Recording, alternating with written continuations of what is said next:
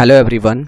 तो दोस्तों, जैसा कि पिछले के वीडियो में मैंने आप लोगों को सेट के पहचानने के तरीकों के बारे में बताया था कि कैसे हम लोग समझेंगे कि जो भी हमारा क्वेश्चन है वो सेट में है। पहचान के बारे में पूरा जानकारी जो है पिछले के वीडियो में मैंने आप सभी लोगों को दे दिया है। ठीक है, तो आज हम लोग समझने वाले हैं कुछ संख्याओं के बारे में और सेट के कुछ तरीकों के बारे में समझने वाले हैं, जो आगे चल करके आप लोगों को सेट का एक्सरसाइज कवर करने में हेल्प करेगी। ठीक है, तो यहाँ पर देखिए, सबसे पहले मैं आप लोगों को बताना चाहूँगा वास्तविक संख्या के बारे में, और इससे रिलेटेड है आपका परिमेय संख्या और अपरिमेय संख्या। ठीक है, इन सभी को समझना बहुत ही ज़रूरी है, क्योंकि अगर ये चीज़ आप लोगों को समझ में नहीं आता है तो आप समझ लीजिए कि आगे के टॉपिक में आप लोगों को दिक्कत परेशानी होने वाला है। तो सबसे पहले हम सभी संख्याओं के बारे में जो भी सेट में इन्वॉल्व हैं उसको हम लोग अच्छे तरह से समझने वाले हैं। ठीक है, सबसे पहले हम लोग समझते हैं वास्तविक संख्या के बारे में।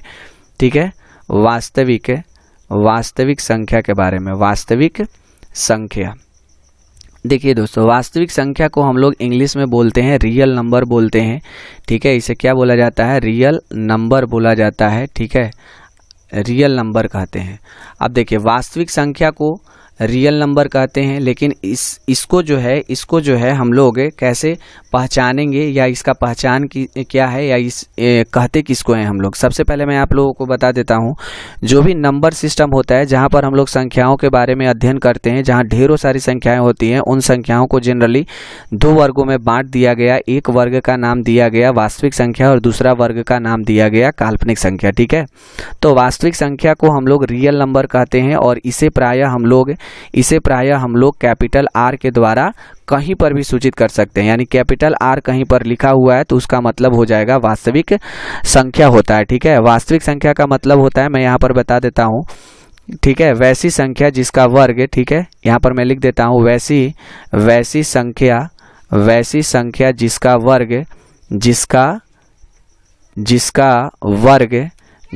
वर्ग हमेशा धनात्मक, ठीक है, धनात्मक रहता है। हमेशा क्या चीज रहता है?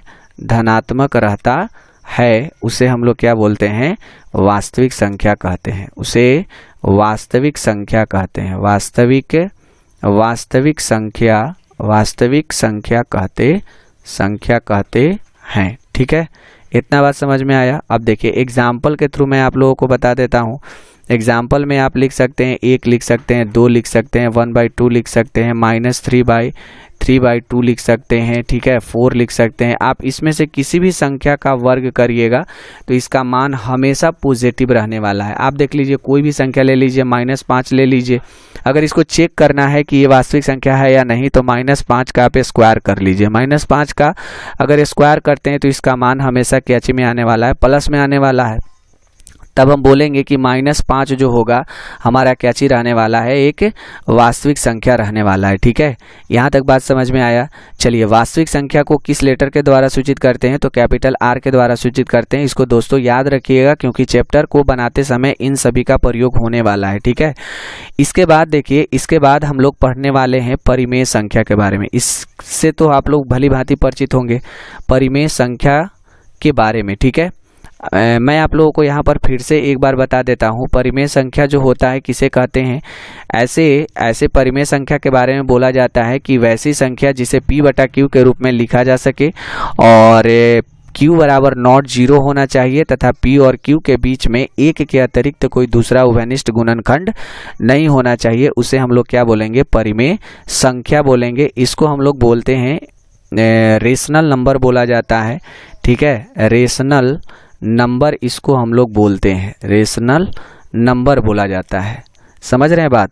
यानी वैसा नंबर जिसे हम लोग P/Q के रूप में व्यक्त कर सकते हैं, और Q = नॉट 0 होना चाहिए। P/Q के रूप में व्यक्त किया जा सके और Q = नॉट 0 होना चाहिए, तथा P और Q के बीच में P एवं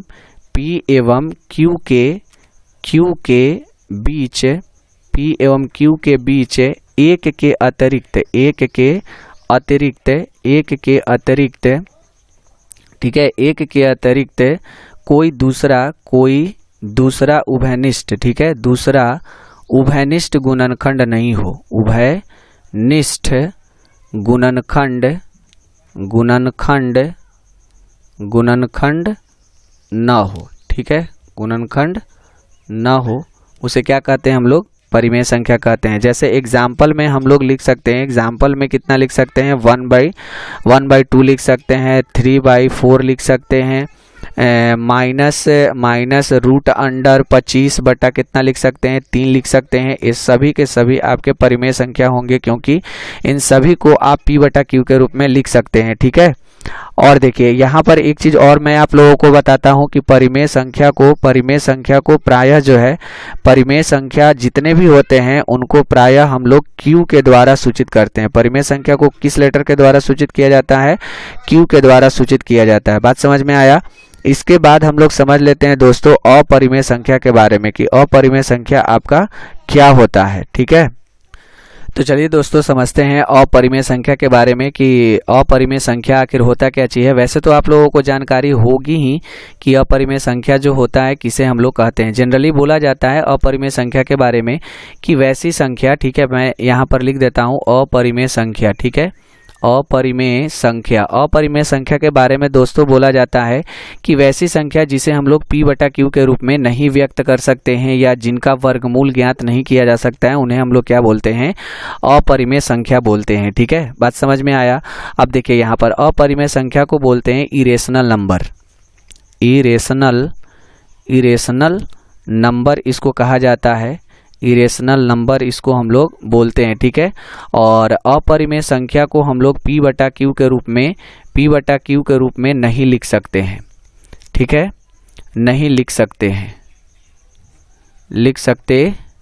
हैं, या आप यूं कह लीजिए कि इसका वर्गमूल ज्ञात नहीं किया जा सकता है। वे सभी संख्याएं क्या चीज होंगी, अपरिमेय संख्या होती हैं। जैसे एग्जाम्पल के तौर पर हम लोग ले सकते हैं √2 ले सकते हैं, इसका वर्गमूल नहीं निकाला जा सकता। √3 लिख सकते हैं, इसे p बटा q के रूप में नहीं हम लोग लिख सकते हैं, ठीक है। √7/2 ये भी p बटा q के रूप में नहीं लिखाएगा, ठीक है, क्योंकि 7 का वर्गमूल अगर निकालिएगा तो ये अनलिमिटेड रूप से आता है, जिससे हम लोग p बटा q के रूप में नहीं लिख सकते हैं। अतः इन सभी संख्याओं को हम लोग क्या बोलते हैं, अपरिमेय संख्या बोलते हैं। और इसे प्रायः हम लोग कैपिटल S के द्वारा क्या करते हैं, कैपिटल S के द्वारा सूचित करते हैं। जितने भी लेटर मैं आप लोगों को यहाँ पर बता रहा हूँ उसको ध्यान से समझिएगा आप सभी लोग, ठीक है, नहीं तो आप लोगों को दिक्कत परेशानी मैथ को बनाते समय हो सकती है, ठीक है। चलिए यहाँ पर आप लोगों को अपरिमेय संख्या समझ में आ गया। अब देखिए एक वास्तविक संख्या के बारे में जरूरी बात मैं आप लोगों को यहाँ पर बताना चाहता हूँ कि वास्तविक संख्या जो होता है यानी रियल नंबर जो हमारा होता है, यह है परिमेय संख्या और अपरिमेय संख्या के योगफल को भी हम लोग क्या बोलते हैं, क्या बोल सकते हैं, वास्तविक संख्या बोल सकते हैं। यानी वास्तविक संख्या का एक डिफिनेशन और बनेगा कि परिमेय संख्या और अपरिमेय संख्या के पूरे समूह को क्या बोला जाता है, संख्याओं के पूरे समूह को क्या बोला जाता है, वास्तविक संख्या बोला जाता है, ठीक है। इसके अलावा दोस्तों आप लोगों को 2-3 चीजें और याद रखनी है ध्यान से। जैसे एक आपका होता है पूर्णांक संख्या, ठीक है, एक आपका होता है पूर्णांक संख्या जिसको हम लोग बोलते हैं इंटीजर बोलते हैं, इंटीजर्स इसको बोला जाता है। और एक होता है आपका प्राकृत संख्या होता है, एक होता है प्राकृत संख्या होता है जिसे हम लोग बोलते हैं नेचुरल नंबर बोलते हैं, नेचुरल नंबर इसको बोला जाता है। इन दोनों को समझ लेना बहुत ही आवश्यक है, ठीक है। अब देखिए यहाँ पर ध्यान से समझिएगा, प्राकृत संख्या के बारे में बोला जाता है कि गिनती की सभी संख्याओं को हम लोग प्राकृत संख्या बोलते हैं। और प्राकृत संख्या को जनरली किस लेटर के द्वारा सूचित किया जाता है, n के द्वारा, यानी n बराबर 1 2 3 4 इनफाइनाइट तक आप संख्या ले सकते हैं, क्योंकि गिनती की संख्या तो अनलिमिटेड है। तो प्राकृत संख्या वैसे संख्या को बोलेंगे जिसे जो मतलब 1 से शुरू होकर अनंत तक जाती हो, या गिनती की सभी संख्याओं को प्राकृत संख्या कहते हैं, ठीक है। यहाँ तक समझ में आया। अब देखिए पूर्णांक संख्या के बारे में समझना और आसान हो गया, क्योंकि पूर्णांक संख्या नेचुरल नंबर के पॉजिटिव मान और नेचुरल नंबर के निगेटिव मान में जब हम लोग शून्य को शामिल करते हैं तो संख्याओं का बना हुआ ऐसा परिवार पूर्णांक संख्या कहलाता है, ठीक है। इसे मैं एक बार और बोलता हूँ, प्राकृत संख्या के धनात्मक मान और ऋणात्मक मान में जब 0 को शामिल किया जाता है तो संख्याओं का बना हुआ ऐसा परिवार क्या कहलाता है?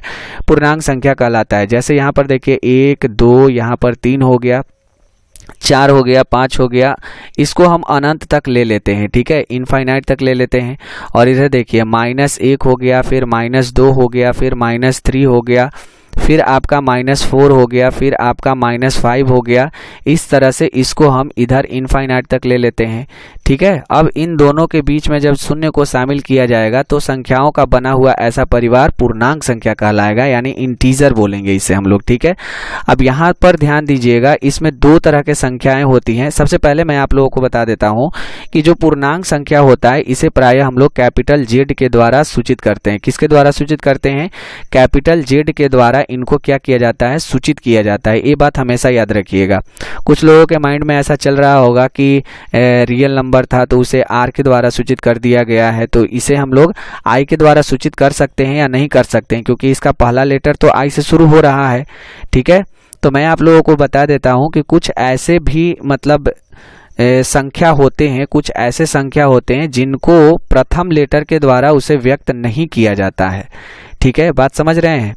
यानी पूर्णांक संख्या को जनरली हम लोग जेड के द्वारा व्यक्त करें तो ज़्यादा बेटर माना जाएगा, ठीक है। यानी जेड बराबर हम लोग लिख सकते हैं, ये पूरा जो यहाँ पर आपका संख्या लिखा हुआ है समूह, संख्याओं का ये समूह जेड के द्वारा निरूपित किया जा सकता है या सूचित किया जा सकता है। बात समझ में आया? चलिए यहाँ पर 1-2 बातें और भी जान लेनी जरूरी है। जैसे यहाँ से देखिए 1 से लेकर के यहाँ तक इधर की ओर जो भी आपका संख्या जा रहा है ये सब धनात्मक वाले संख्या है, और धनात्मक वाले संख्या को हम लोग धनात्मक पूर्णांक के रूप में लिखते हैं, ठीक है।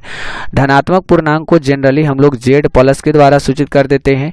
और यहाँ से देखिए -1 से लेकर के इधर की ओर जो भी संख्याएं जा रही है इन सभी संख्याओं को हम लोग ऋणात्मक पूर्णांक कहते हैं, और ऋणात्मक पूर्णांक को प्रायः जेड माइनस के द्वारा ऊपर में माइनस लगा करके इसे सूचित कर देते हैं। यानी देखा जाए तो पूर्णांक संख्या जनरली 2 भागों में बटा हुआ है, एक धनात्मक पूर्णांक और एक ऋणात्मक पूर्णांक। अगर आपको पूर्णांक संख्या को केवल सूचित करना है तो उसे जेड के द्वारा सूचित करिए, और अगर उसको उसके धनात्मक संख्या को सूचित करना है तो जेड प्लस, और ऋणात्मक संख्या को सूचित करना है तो जेड माइनस के द्वारा आप उसे सूचित कर सकते हैं, ठीक है। तो यहाँ तक दोस्तों बात समझ में आया आप लोगों को जो मैंने यहाँ पर बताया। अगर आप लोगों को समझने में कोई दिक्कत या परेशानी हो रही है तो आप वीडियो को दोबारा से प्ले करके देखिए, आप लोगों को सारी चीज़ें समझ में आ जाएंगी, ठीक है।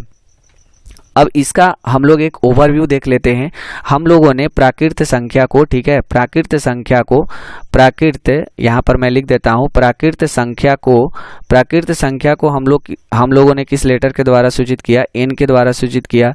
इसके बाद वास्तविक संख्या के बारे में हम लोगों ने पढ़ा। वास्तविक संख्या को हम लोगों ने किस लेटर के द्वारा सूचित किया? वास्तविक संख्या को हम लोगों ने कैपिटल आर के द्वारा सूचित किया। इसके बाद परिमेय संख्या जो था हमारा, परिमेय संख्या को हम लोगों ने किस लेटर के द्वारा सूचित किया? तो परिमेय संख्या को कैपिटल क्यू के द्वारा सूचित किया। फिर इसके बाद दोस्तों हम लोगों ने अपरिमेय संख्या को लिया। अपरिमेय संख्या को हम लोगों ने एस के द्वारा सूचित किया। इसके बाद एक आया आपका पूर्णांक संख्या। पूर्णांक संख्या को हम लोगों ने किसके द्वारा सूचित किया? जेड के द्वारा सूचित किया। इसके धनात्मक वाले मान को हम लोग जेड प्लस के द्वारा सूचित करते हैं, और ऋणात्मक वाले मान को हम लोग जेड माइनस के द्वारा सूचित करते हैं, ठीक है। इतना बात समझ में आया? तो दोस्तों आज के लिए हम लोग इतना रहने देते हैं। मैं समझता हूँ कि थोड़ा थोड़ा करके अगर अच्छे तरह से पढ़ा जाए तो आप लोगों को बहुत ही अच्छे तरह से समझ में आ जाएगा, थोड़ी थोड़ी, क्योंकि हम सभी लोग जानते हैं कि बूंद बूंद करके घड़ा भरता है। तो आप लोगों को अगर मैं थोड़ा थोड़ा करके पढ़ाऊँ तो मैं समझता हूं कि वो सारे कुछ आप लोगों को अच्छे तरह से समझ में आएंगे जो मैं आप लोगों को समझाना चाहता हूं, ठीक है। और अगर आप लोगों को लंबी वीडियो चाहिए तो आप हमें कमेंट करके बताइए, लंबी वीडियो बनाने का मैं प्रयास ज़रूर करूंगा, ठीक है। तो आज के लिए बस इतना ही रहने देते हैं और मिलते हैं फिर अगली वीडियो में। जय हिंद।